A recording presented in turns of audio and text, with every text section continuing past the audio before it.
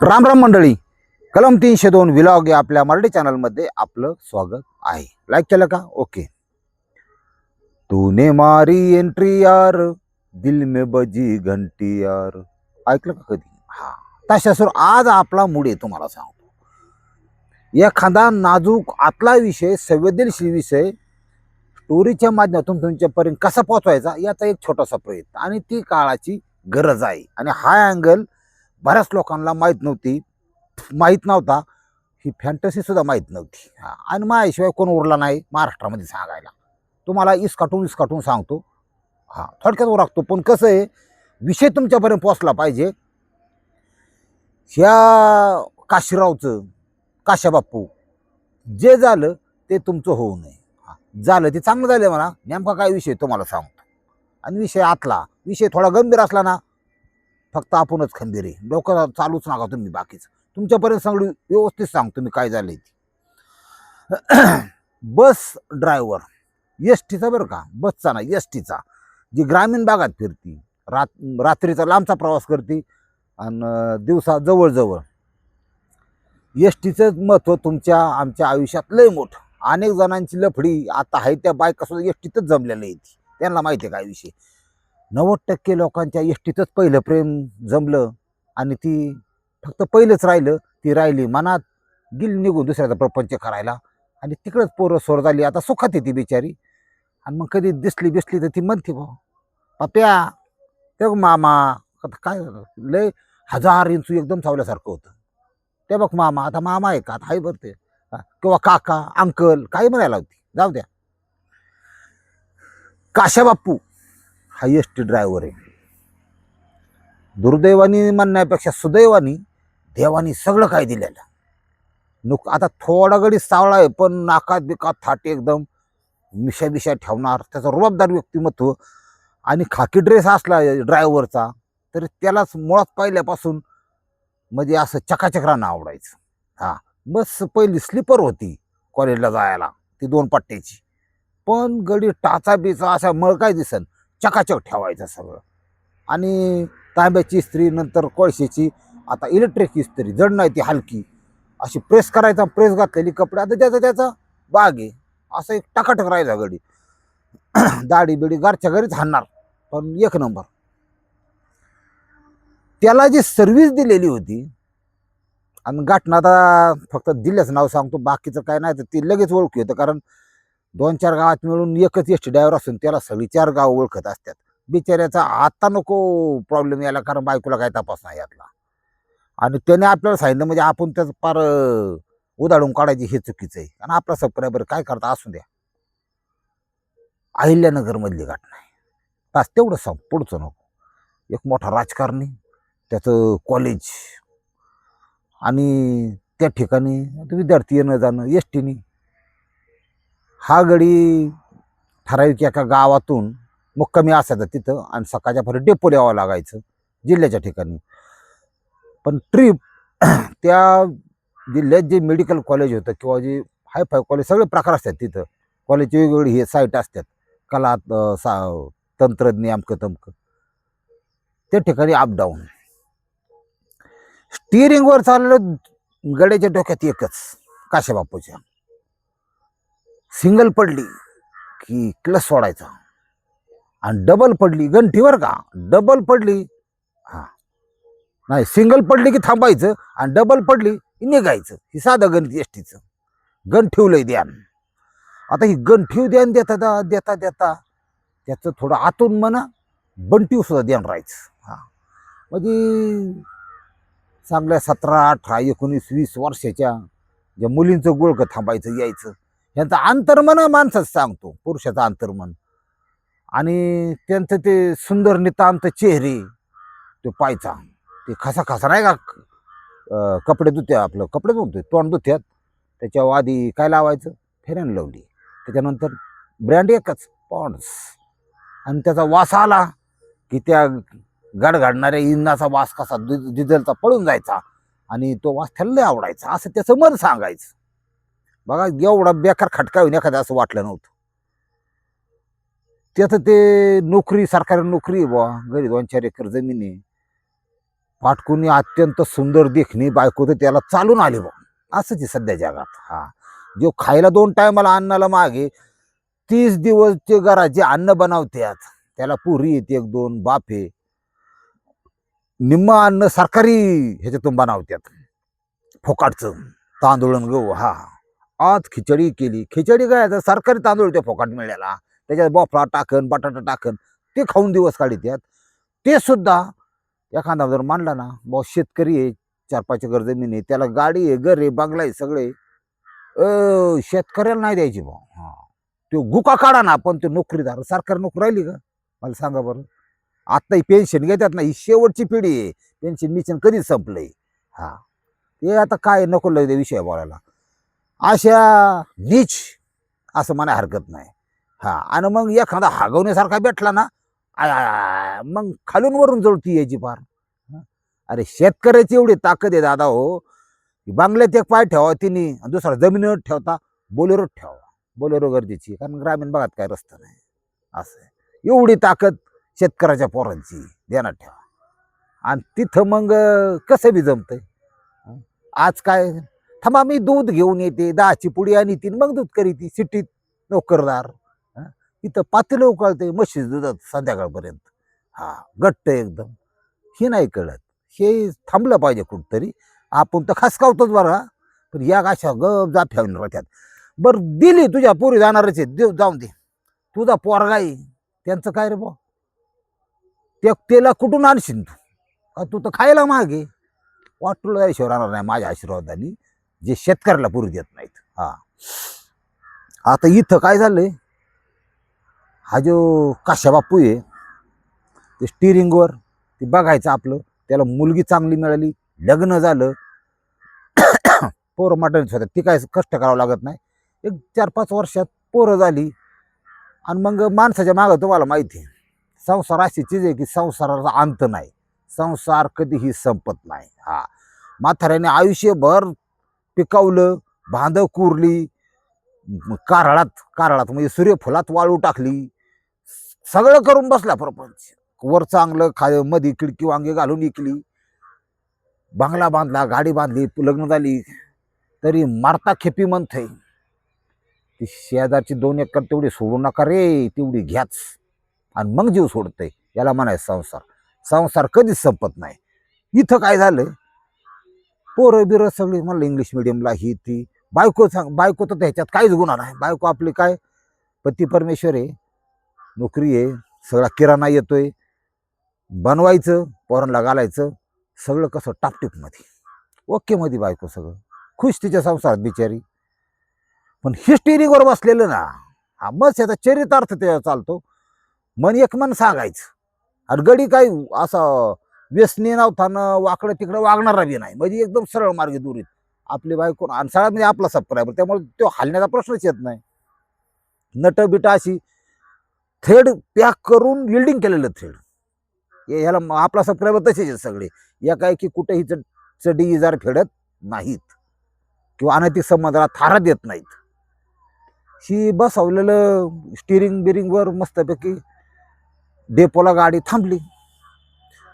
एक सुंदर तरुणी, अशी काळी भोर डोळे, नाकशार, गुरीपान, केस बांधलेले, डोळ्यात तिचे एक हरणीसारखे डोळे, एक वेगळीच चमक. आणि शेप तर एकच नंबर, ती काय डबरी नव्हती, बुटकी नव्हती, ऊस धडंग अगदी, आणि एकदम शेपमध्ये पिक्चरमध्ये नाट्य असतात तसली. शो तर जरा सावरच बसला बा. हा, मग तिने विचारलं, मला टिंब या ठिकाण जायचे, ही गाडी कुठं जाते? ते म्हणली ही गाडी डेपोला जमा झाली, आता ती फ्लॅट क्रमांक 3वर बघा. मला पण तिकडं जायचे, म्हणजे त्या गावी, पण फ्लॅट क्रमांक 3वर, आणि अजून 15-20 मिनिटं आहेत. तसं म्हणल्याच्या पुढं ती हल्ली तिथून गेली. पण तिचं जे डोळे, तिची जी नजर आहे ना, ही वेगळीच सांगून गेली काहीतरी. याला एक टच असतो, एक पुरुषाला सुद्धा टच कळतो, ध्यानात ठेवा. की जास्त डोळ्यात डोळे घालून आणि थोडंसं चेहरा स्माईल आणून ती विचारत होती. ती गड्याच कसं असतं तुम्हाला सांगतो. हा, लोण्याचा एक धर्म आहे, आगीचा एक धर्म आहे. हा, असं मेनाचा एक धर्म आहे. ती आगीपाशी नेलं की थोडं इतळतं. हा, याच्या नटाला फक्त हादरे बसले, काय झालं नाही. हा, गेले बा, नको बा आपलं. आणि लय असं मन पळायला लागलं ना तिकडे, की डोक्यात असं येतं, नको बा आपलं घरदार प्रपंच नोकरी सगळ्यात महत्वाचं, नको बा डोक्याला ताण. काही ऐकतोय आपण नाही का, आता कोण व्हिडिओ शूटिंग करतोय, कोण काय करतोय, नको बा असं आतून सांगायचं. त्या काशाभाऊचं वैशिष्ट्य असं आहे की त्याची म्हणजे स्वतःची पत्नी सोडून शरीर संबंध कुठं अशी झालेच नाहीत, आणि तेवढी त्या ताकद बी नव्हती. कमाईत ताकद म्हणजे बेखाड गडी होता जरा, नको बा काय झालं म्हणजे ती उद्या दिवस गेलं कुठं काय झालं. तर ते आता लहानपणी 7वी 8वी ते लपाछपी खेळताना झालता, ते विषय वेगळा, ती सगळ्याचा होतो, ती जाऊन द्या मरू. पण मोठं झाल्यानंतर, कळीत झाल्यानंतर कुठं डोकं लावलेलं नाही. गाडी लावली, ती सयाबी आमकं तमकं सगळं झालं. त्याला सुट्टी होती 1 दिवसाची. आपल्या गावाकडची गाडी जाणार आहे, त्या गाडीची वाट बघत, आणि त्या लाईनमध्ये असे की ड्रायव्हर आणि कंडक्टर हे सगळे एकमेकाला ओळखतात. म्हणजे हे बदली झाली की तिकडचे लय मोठा त्याचा परिचय लय मोठा असतो, एकत्र चहा पाणी कसं काय असं तसं. मग थांबला तिथं. नगरहून निघाले हो, ते स्टँडला हा गाडी जी लागली होती, त्याला माहिती कोणती गाडी जाती. दुसरा ड्रायव्हर चालला होता, हा ड्रायव्हर शेजारी एक सीट असतं, तिथं येऊन तर हा बसला मस्तपैकी. ह्याच्यामध्ये डोक्यात की त्या पोरीला तिकडंच जायचे, कसं म्हणावं. आणि कॉलेजची पोरगी होती, सॅक होती, पण 20-22 वर्षाची होती. आणि हातगरी आत्ता घटनांगडी त्यावेळेस 33-34चा होता, बघा फरक आहे. तिने बघितलं ह्याला की लय थोडं परत स्माईल दिलं की येऊन दारातून चढली बावर. 4-5 सीटं बसली होती, अख्खी गाडी 50 सीटाची मागं मोकळी. आणि निदारला खांब, म्हणजे हा खांब धरून यायच्या पशी. ही थोडं परत सावरून बसलो, यायला मला पोरगी मागं जाऊन का बसा ना. सरकारने किती सोय केली, सगळी सीटं महिलांसाठी. वयस्कर माणसाला सुद्धा काय काय पोरी उठावत्यात महिलांसाठी, निघ लय बेकार काम. हिने काय दांडकं सोडणार मला. आपल्याला काय करायचं बुवा, धरलं असं दांडकं, ते उभं उंच खांब असतो बरं का. दांडकं म्हणजे काय नका डोक्यात आणू, ते उंच एक हे असतो स्टीलचा, ते बार धरून थांबलेली. झाली गाडी चालू. गाडी चालू झाली की डबल पडली की गाडी चालू. मग ती स्वतःहून म्हणली, तुम्ही त्या गावचे आहेत का, जिथं जायचं होतं तिथं. हा म्हणला, मी तिथलाच आहे, आणि 8 वर्ष झाली ह्याच डेपोला आहे म्हणला, असं तसं. बरं बरं बरं. मी आत्ता मामांच्याकडे आले, नाही तर मी बाहेर होते शिकायला, पण आत्ता इथं आले. बरोबर, ठीक आहे ठीक आहे. मग मी कॉमर्स साईडने बघा, माझी इच्छा आहे बँकेचं. कॉमर्सचे विद्यार्थी बऱ्यापैकी जातात, 3rd इयरला आहे आमकं तमकं, पण चांगली गोष्ट आहे असं तसं. एवढ्या विषय थांबला नाही. मग म्हणली, मला गाड्या कधी सापडत नाही काय नाही, मी नवीन आहे इथं, तुमचा नंबर देता का. नियतीचा पहिला संकेत बरं का. हा, आता पोरगी एवढी दिखणी पोरगी नंबर मागते म्हणल्या, मला काय द्यायला हरकत आहे बा, आता काय आपलं काय तोडून येते का तावा ती, काय असं आहे. दिला नंबर जसा दिला, शे गेला ती गेली, सगळा विषय संपला. संध्याकाळी जेवण बिवणं खाल्लं, 9:15च्या आसपास आला ना फोन तिचा. आता ह्याच्या डोक्यात काय, जेवण खान झालेलं, पोरं झोपलेली, हा ह्या कुशीहून त्या कुशीव, त्या कुशीहून त्या कुशीव, का भांड्यांचा आवाज अंधारात येत होता बाहेर. त्या डोक्यात काशीभाऊच्या भांडी एकदा उरकली की बायको गार हाताने आत येणार आहे. कारण भांडे तर गार असतात, हात तुम्हाला काळायचं नाही, आत त्यासाठी लग्न करावं लागतं. मग आपला खोंड्या बिंड्या व्यवस्थित होईल, झोपून जायचं बा, डोक्याला ताण.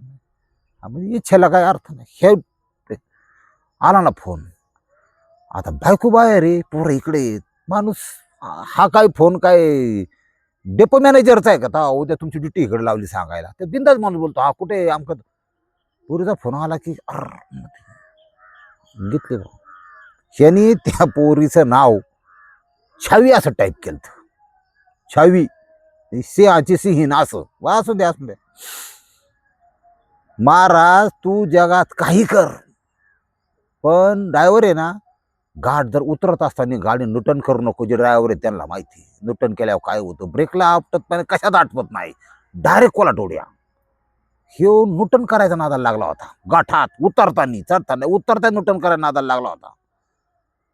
आणि मग आला, हॅलो झालं का जेवण, असं झालं का तसं झालं का, तुमचा स्वभाव खूप छान आहे, असं तसं. शेने ओळखून घेतलं की थोडंसं आपलं मिठाड होण्याचे मार्ग आहे आता. आणि पुरुषाचं एक वैशिष्ट्य असतं की स्वतःची बायको कितीही देखणी असते तरी ती दुसऱ्याची लय आवडते. हा, ती भले 8 दिवसाला आंघोळ करीना, काहीच रांगोळ्याच करीत नाहीत. मला इतके असले एक जणाची बायको सांगू नको, काय सांगाय. मला तो आधी फोनवर म्हणला ती 8-10 दिवस झाले सोडून दिली माहेराला, आणि तिला काय कायमची सोडून द्यायची नाही, पण मी जी सांगतो तिच्या डोक्यात बसाना म्हणून सोडून दिली. अरे म्हणलं नेमकं झालंय काय. मला ती शारीरिक स्वच्छता करत नाही, तरी मला सुधारणा काय, म्हणजे आंघोळ करीत नाही का. आणि आंघोळ करतील 2-4 तांबे ओतून घेते म्हणा, तो विषय नाही, पण ती शारीरिक स्वच्छता नाही हो. म्हणजे काय कुठं अनावश्यक केस काढायचा विषय असन, किंवा कुठं अत्यंत घाण वास येतोय, हे असं त्या नवऱ्याला म्हणायचं होतं. मला पहिल्यांदाच कळलं की फक्त शारीरिक स्वच्छता ठेवत नाही म्हणून गाडीने बायको सोडून दिली ना, हा विषय त्याला कोणाला सांगता बी आहे ना. आलं लक्षात. म्हणलं मला काय कर, सासूबाईंशी बोल, सासूचं लिखेला समजून सांगू शकते काय विषय, पण हे दुःख फोडल्याशिवाय त्याचा इलाज निघणार नाही. हा, स्वच्छता. आणि तू सुद्धा स्वच्छता, वेगवेगळे साबण, वेगवेगळे स्प्रे सगळे एकात घेऊन ये. पैशाचा प्रॉब्लेम नसतो अशा गोष्टीत, माणूस पैसा किती बी घालावतो, ते त्याला असं मिटावलं. आता यांची बोला चाली झाली की दुसऱ्या दिवशी ठासूनच त्या गाडीला, कुठली गाडी आहे काय आहे. परत सगळ्या पोरी मागं जाऊन बसायची, ही गप्पा मारी त्याच्याबरोबर हा गाडी चालवायला. नशीब 40-50 प्रवासी घेऊन यांनी वरून कोलाडुड्या खाल्ल्या नाहीत कुठल्या गाठावरून. बेकार काम, पोरीचं काम लय बेकार असतं. गोड गोड बोलायची ही ती, आणि गुतला गडी. 2-4 दिवस निघून गेलं, परत त्याला तिने 2,000 रुपये उसने मागितले. म्हणलं आता एकमेकाला म्हणजे म्हणले आपली एवढी ओळख आहे, माझी लय गरज आहे, असं समजा मला थोडी शॉपिंग करायची, फी भरायची, 2,000 रुपये मला पाहिजे, उसने दे, आमकं द्या तमकं द्या. त्याला वाटलं एवढी देखणी पोरगी आहे, आपलं जमलं कुठं द्यायला काय हरकत आहे. सोडले तिच्या नंबरवर, थँक्यू बिंक्यू सगळं झालं. मग तिसऱ्या चौथ्या अजून 2-3 दिवस गेलं, पण तिसऱ्या चौथ्या दिवशी परत एकदा फोन आला की का हो तुम्ही 2,000 परत नाही मागितले. म्हणलं आता माझा पगार थोडा जास्त आहे, कर्नाटकच्या ड्रायव्हरच्या तुलनेत निम्माच आहे, पण 1,000-2,000 काय मागायची, त्यात आपली इज्जत गेल्यासारखं आहे, एवढं काय त्याचं. तवा तुझ्याकडे आलं तू देशीलच की काय. नाही ना, मग मैत्रीत कुठं व्यवहार असतो का, म्हणजे पैसे नाही मागायचे, भेटायचं. आता तर याला कळायला पाहिजे की पैसे नाही मागायचे आणि भेटायचं म्हणजे काय. साधा साधा खुल्ली ऑफर होती, फिरून फिरून पूर्ण खुल्ला आकडा टाकला होता एक एस टी ड्रायव्हरवर की 2,000च्या बदल्यात चल लॉजवर, असा तो आकडा होता. आता एवढं काय जगात बारकाली पोर हुशार झाल्या, 6वीची पोर लपडी करतात, ही तर प्रौढ माणसं आहेत. अर म्हणला आहे बरं का, योग आहे म्हणला आज, परस्त्री मिलनाचा योग आहे म्हणला आज.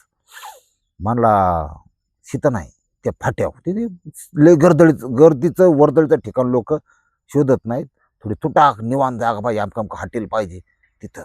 चालतंय म्हणली पोरगी तयार होऊन तिथं, हा सुट्टी टाकून तिथं लॉजवर. आता ह्याच्या डोक्यात की थोडंसं लग्नाच्या आधी फिटिंग बिटिंग असती, ओके असतं जरा, लग्न झाल्यावर थोडं बांगाळांग असतं, ते तुम्हाला कळायचं नाही. आज जरा फिटिंगचा आनंद घेता येईल, हा नाही का, आणि मनसोक्त असा स्त्री सुखाचा आनंद घेता येईल, ह्या भावनेने ती आत शिरलं, दरवाजा लावून घेतला. तो मला सांगतो ह्याला काय करायची गरज नाही पडली, त्या बाया, ती बायाच म्हणते त्या पोरीने मिठी मारून याला पार वारबडायला सुरुवात केली बा. ह्याने आधी आता आपला सबस्क्रायबर, ह्याने आधी मोबाईल तिच्या पर्समध्येच होता, पर्स ह्याने पायाने अशी त्या बेडच्या खाली टाकली बा. पर्सला सुद्धा कॅमेरे बारीक बटनाचे काळे, ध्यानात ठेवा. व्हिडिओ शूटिंग होऊन आपली इस्टेट कमावलेली जायला नको जमिनी सकट, असं त्याला वाटलं का, त्याची हुशार होता गडी. पण डाल मस्त तयार, युद्धाला सुरुवात झाली, डाल तयार, याची तलवारीचं झाले खुरप, ती काय काम करीना भाऊ, तलवारीचं कामच व्हाय ना काय. ह्यो शॉक झाला. तिने समजायचं समजून घेतलं की ही काय पाहुणे आटे का काय बाया, याच्याने काय होऊ शकत नाही. फुल तापलेली, गरम झालेली, वाटोळ झालं पार सगळं. याने पाटकुनी कापलं घातली, बाहेर निघाला. आणि मग ती पण आली, मग जेवण केलं, काय विषय झालाच नाही. बर, नका होऊन द्या. आणि मग दुपारच्या बारी मला फोन केला तिने, काय काशीरामनी आणलं हे असा. मग त्याला मी त्याच्या पाठीमागचं सायन्स सांगितलं. आता तुम्हाला सांगतो डीपमध्ये, जगातला प्रत्येक स्त्री वाईट नाही, नालायक नाही, जगातला प्रत्येक पुरुष वाईट नाही ना, काही जण अत्यंत चांगले असतात. पण शरीराची एक भाषा असते, शरीराच्या पाठीमागं सायन्स असतं.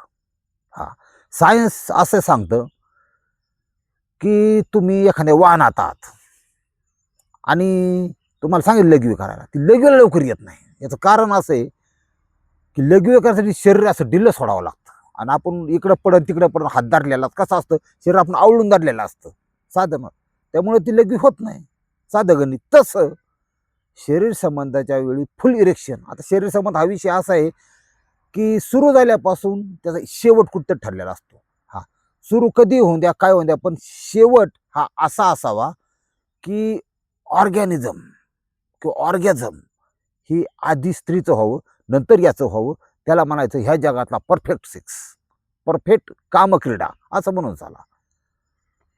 पण ती 15-20 मिनटं, 15 ते 17 मिनटं साधारण स्त्रीला लागतात तिथपर्यंत पोहोचण्यासाठी. मला बरेच फोन येतात, औषध आहे का? 2 मिनिटां 3 मिनिटाच्या पुढे आपलं काय टिकत नाही बाबा. काय म्हणजे काय म्हणावं मग आता असं मी त्याच्यावर ह्या गोष्टीवर जास्त. आणि हा विषय असा म्हणजे फार काही कुठं बॉम्बस्फोट झाले तरी चालते, पण ह्या विषयावर बोलायचं नाही. इतका मानसिक पगडा आहे ह्या विषयाचा, लक्षात घ्या. म्हणजे कमीत कमी तुम्ही वाईट वागू नका, पण त्याचं पूर्ण नॉलेज तर तुम्हाला असणं गरजेचं आहे ना. आणि मीच बोलतोय मराठात, कोणी सांगत हिंदीमध्ये गोष्टी, हिंदीमध्ये बाया पुरी सुद्धा सगळं व्यवस्थित सांगतात. आणि मी थोडं आतलं सांगायलो की मला नोटीस पाठवतात युट्यूबवाले. लय सुंदर एपिसोड होता, मी कलियुगला टाकलेला, त्यांनी कार्यक्रम करून टाकला त्याचा फार असा विषय. मला आपण हळूहळू थोडं समजून सांगा विषय. जी इरेक्शन यायला पाहिजे ते आलं नाही. म्हणलं आयला काय आपला काय काय झालं बाबा, घरी तर आपण लय टाकत. म्हणलं ह्याचं कारण असतं भीती. जेव्हा माणसाच्या मनात भीती आहे त्यावेळेस हा विषय होता. आणि जो आयुष्यात त्या वाटेने जाणारच नाही, त्या वाटेला जर गेला तरी त्याला प्रॉब्लेम येतो. ही कॉमन आहे. तुला काय झालं नाही, तू संध्याकाळी जाऊन डबल शॉट टाकशील घरी, का तिथं भीती नसते, एक रिलॅक्सेशन असतं, एक शांतता असते, एकमेकाच्या आपल्याला ओळख असते. पण ज्यावेळेस भीती असते ना, याला भीती एक वाटायची. मला काय भीती वाटायचं, काहीतरी होईन, पोरगी पोलीस कंप्लेंट करीन आणि माझी नोकरी जाईन. ही 2-3 वाक्य माझ्या मेंदूत बिनत होती. मला यालाच म्हणायचं भीती. काही झालं नाही. कदाचित त्याची जी लक्ष्मी आहे घरची, तिचं कुकू तेवढं बळकट असावा, तिची श्रद्धा असावा, तिचं प्रेम असावा, तिचा त्याग असावा, म्हणून ही अशा प्रकारचं लफडं चालू होण्यापासून वाचलं. ते चालू झालं असतं ना की नक्की पुढं जाऊन, हा जी आधी 2000 ते सहज शॉपिंगला, ते पुढं काय करीन मी रोज सांगतो, तुम्हाला काय सांगायची गरज नाही. पण याचा परफेक्ट शॉट झाला असता, या कोणाचा झाला असं सांगता येत नाही, पण झाला असता एवढी मात्र गोष्ट नक्की. पण याच्या पाठीमागचं सायन्स लक्षात घ्या. जिथं भीती तयार होती ना त्या ठिकाणी ढाल सोडून तलवार पळून जाते. लक्षात आलं का? तलवार काम करत नाही, डाल मस्त तयारी, हा डाल येते. हा, मग किती पण कार्यक्रम करू शकता, पण तलवारीत तर बळ पाहिजे ना. तलवार लोळी पडल्यावर काय करायचं बुवा, या असा विषय असतो. त्याच्यामुळं सायन्स. आणि सगळ्यात महत्त्वाचं म्हणजे त्याला चूक थोडी ही झाली, त्याच्यानंतर तिने विषय टाकून दिला. तिचं काय, ती म्हणली असं, म्हणलं ही धंदा भिंदा करणारी असेल एखादी वर खर्चासाठी, आजकाल कॉमन झाली ह्या गोष्टी.